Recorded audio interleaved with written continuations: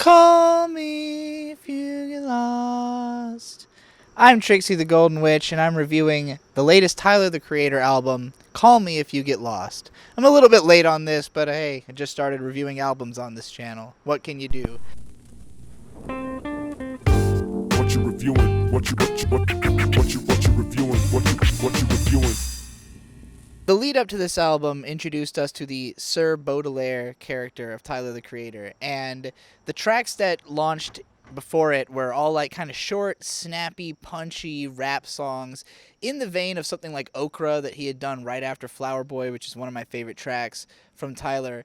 And it got me pretty hyped because honestly, like, I have never quite loved a whole Tyler the Creator album until this one.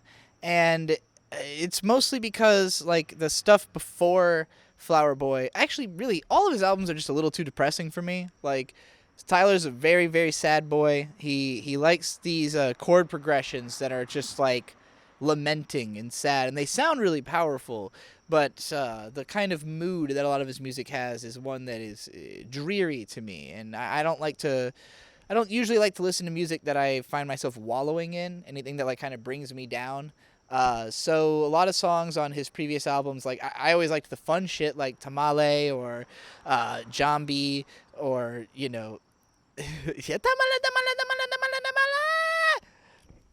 or fucking off of Flower Boy, like See You Again, or Who Dat Boy. So, yeah, I tend to be more into the hype Tyler songs. And, like, Igor as an album, I thought it was cool, but, like, not really my style. Not something I was really gonna drive around town and feel that one. So, with this album, it came out just at a perfect time because I had just majorly switched up my life situation and I wasn't really sure what I was planning to do next.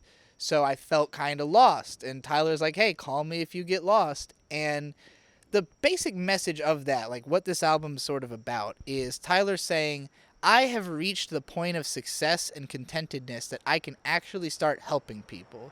And it's I think a really relatable emotion for my generation, people my age. Tyler's like a month older than me or something like that. So, I vibe with a lot of what he says in his music.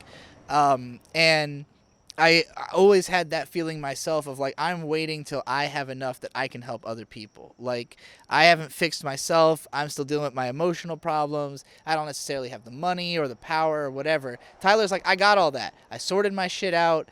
I understand what I'm trying to do in life. I've got all these cars, I got all this money, I got all this power, I've had all these opportunities, and I actually feel kind of good about it. And he really gets personal and direct in a way he never did before. Where, like, I think the more trouble you have with your emotions when you're, like, in a state of not really understanding them yourself or knowing how to come to terms with them, then you're more likely to make up these really complicated explanations or experimental representations of the way you feel. And once you kind of have a handle on your feelings, it's a lot easier to just spell out, like, here's what I felt, here's how that manifested, here's how I've kind of gotten over it. I would even say Lil Nas X's Montero has a lot of similar vibes to this in that he's, like saying, hey, I've gotten past like a lot of my depression and family issues to come out here and be badass. But even he is still like in more of a sad boy zone on that album, still like dealing with more shit than Tyler is. Tyler's like really kind of past it on this, and like he's talking about his mom and the way that she raised him, featuring her like ranting on the album at one point, which, like, even though we've always known like Tyler's dad wasn't really around, he didn't talk about his mom that much in like this kind of positive light on earlier releases. So it was just felt like, wow, we're really getting insight into Tyler the Creator's life in a way that obviously any presentation of self is limited to like what they're showing you. You're not getting the full picture of everything Tyler's about, but it sort of it's like reflecting on everything he did before and literally explaining it, just being like, here's why I did all that, and here's where I'm at now, and I'm glad I've been able to help you, and if you still need help, hey, I'm still here. And like, it felt like he was trying to deliver something that at least I know I had always wanted from Tyler, which is just like bars, just an album of just fire bars. Like the first like 8 tracks on this are like 2 minutes long and it's just rapping. It's just Tyler just rapping his ass off, dropping bars and like hard beats on a lot of them. Some of them are more in that like kind of troubled, weird, airy space that he did in like earlier stuff. But like when you get to Lumberjack and just Rolls Royce pull up, black boy hop out, and that beat just like obliterates everything. But yeah, like it goes hard, and then in the last part of the album, it kind of gets into some of the more peaceful tracks, and it felt really appropriate. I think there's one entirely instrumental song in here, and on some of Tyler's albums, I feel like he front loads it with some of the exciting stuff, and then just goes into like nonstop like misery and or like sonic like just more vibey kind of shit. And this album really kind of does that for a little bit, but then it pulls back and it still has the raps, and it has one song that's like 8 minutes long where he's really going into detail about like everything. It kind of reminded me of one of those Kendrick songs like Real or Dying of Thirst or even Fear. I would say Fear is the best comparison of like a longer track that is just kind of him almost journalizing about his career. And yeah, this is an album that it hits a weird spot for me because I listened to it really heavily for like a couple weeks and then kind of put it down because it's not like a forever album. It's like a dose. It's like a pill. You know, it's only like 30 minutes long.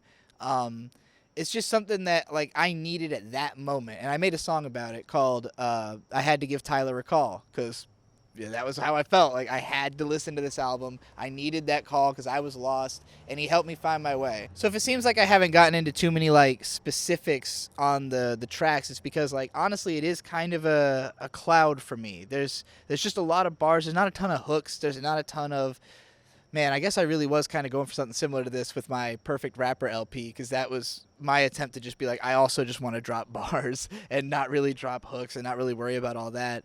But you know, I was only able to even get that out of me because of, you know, Tyler sort of laying the groundwork there and being like, this is what the summer's going to be, you know? And I was like, I fuck with this summer hard. So, yeah, good album, good summer. I would say, honestly, I can't even say like what I want Tyler to do next because like I'm satisfied in a way I hadn't been before. So he could kind of do anything and I'd be like, all right, let's check this out, you know? And like, I'm not going to be upset. So, yeah, good on him. This has been Trixie the Golden Witch. You can get all of my music here on the Branches of Ygg channel or on my Bandcamp. I collaborate with Vizier, who also edits I collaborate with Vizier, who also edits these videos and raps with me. And you can find links to all of our stuff down in the description, ways to support us, as well as our other channels such as Ygg Studio, which is where I review anime, and also do a vlog series called Void Gazers, which is about all kinds of crazy, wacky adventures. And my more normal adventures are on the Picnic Adventure channel, where me and my boyfriend go to epic places and make cool food. Check all that out and stay subscribed because music rules!